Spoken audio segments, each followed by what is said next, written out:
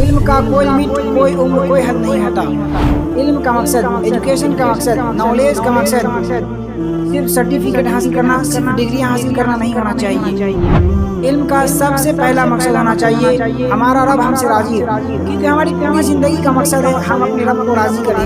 تم شوق سے کالج میں پھلو پارک میں جھولو، تم شوق سے کالج میں پھلو پارک میں جھولو، جائز ہے غباروں میں اڑو چرخ پہ جھولو، بس ایک سخن بندے عزیز کی رہے یاد، اللہ کو اور اس کی حقیقت کو نہ بھولو۔ السلام علیکم ورحمۃ اللہ وبرکاتہ۔ الحمدللہ رب العالمین والصلاة والسلام علی رسولہ الکریم، اما بعد، اعوذ باللہ من الشیطان الرجیم، بسم اللہ الرحمن الرحیم۔ اقرأ باسم ربک الذی خلق، خلق الانسان من علق، اقرأ وربک الاکرم الذی علم بالقلم، علم الانسان ما لم يعلم۔ رب اشرح لي صدری ویسر لي امری واحلل عقدۃ من لسانی یفقہوا قولی۔ رب زدنی علما، رب زدنی علما، اللہم رب زدنی علما۔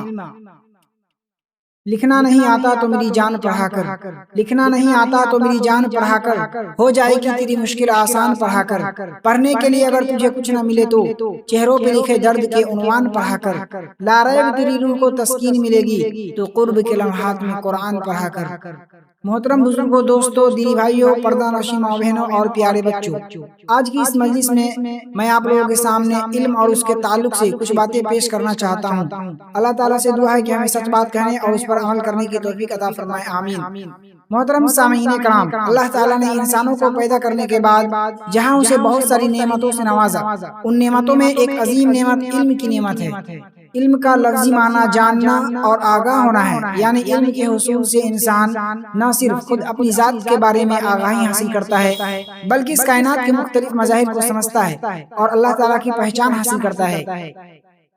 علم وہ نعمت ہے جس میں کوئی دوسری مخلوق انسانوں کا مقابلہ نہیں کر سکتی، اس لیے انسانوں کو اشرف المخلوقات کہتے ہیں۔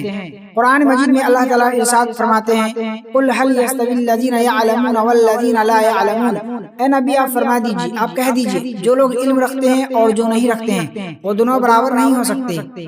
رسول اللہ صلی اللہ علیہ وسلم نے ارشاد فرمایا، طلب العلم فریضۃ علی کل مسلم۔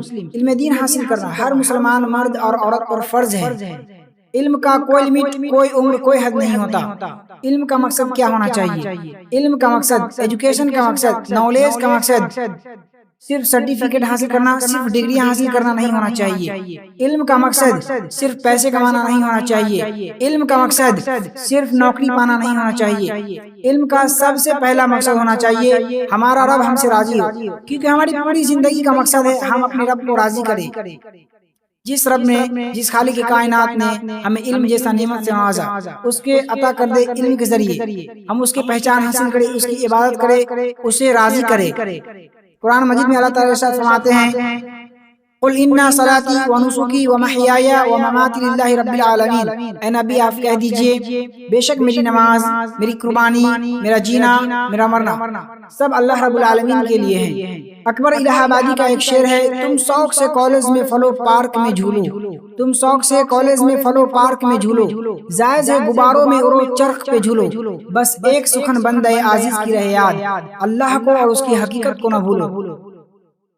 علم کا دوسرا مقصد انسانیت کو فائدہ پہنچے، ہم اپنے علم کے ذریعے لوگوں کا فائدہ کریں، ہم اپنے علم کے ذریعے جہاں تک ہو سکے انسانیت کو فائدہ پہنچائے۔ علم کا تیسرا مقصد اپنے آپ کو، خود کو دن بدن امپروو کرے، خود کو کل سے بہتر بنائے، پرسنالٹی ڈیولپمنٹ کرے۔ اس کے بعد جو چاہے آپ اپنی زندگی میں کام کریں، چاہے ٹیچر بنے، ڈاکٹر بنے، انجینئر بنے، کچھ بھی بنے، مقصد اللہ کو راضی کرنا ہو، مقصد انسانیت کو فائدہ پہنچانا ہو، مقصد خود کو کل سے بہتر بنانا ہو۔ آخر میں اللہ سے دعا ہے کہ ہمیں نفع بخش علم عطا فرمائے، آمین۔ اللہم انی اسألک علما نافعا ورزقا طیبا وعملا متقبلا، وآخر دعوانا ان الحمد للہ رب العالمین۔ السلام علیکم ورحمۃ اللہ وبرکاتہ۔